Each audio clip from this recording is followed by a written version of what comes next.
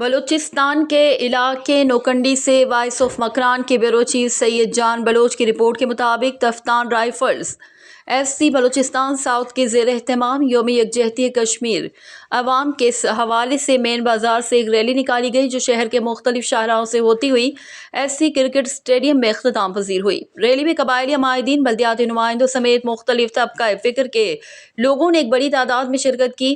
Rally کے شرکاء نے کشمیر بنے گا پاکستان کے فلک شگاف نعرے بھی لگائے، ہاتھوں میں بینرز اور پوسٹر بھی اٹھا رکھے تھے۔ اس موقع پر مقررین نے کہا کہ نوکنڈی میں یوم یکجہتی کشمیر بھرپور طریقے سے منایا گیا، جس کا مقصد مقبوضہ کشمیر میں بھارتی ظلم و ستم کا شکار کشمیری عوام کے ساتھ اپنی بھرپور حمایت اور یکجہتی کا اظہار کرنا۔ اس دن کی مناسبت سے نوکنڈی میں تاریخی ریلی کشمیری بھائیوں سے محبت اور بھارتی جارحیت کا منہ توڑ جواب ہے۔ مقررین نے کہا کہ اقوام متحدہ مقبوضہ کشمیر میں بھارتی مظالم اور جارحیت کا نوٹس لے کر کشمیری عوام کو انصاف دیا جائے۔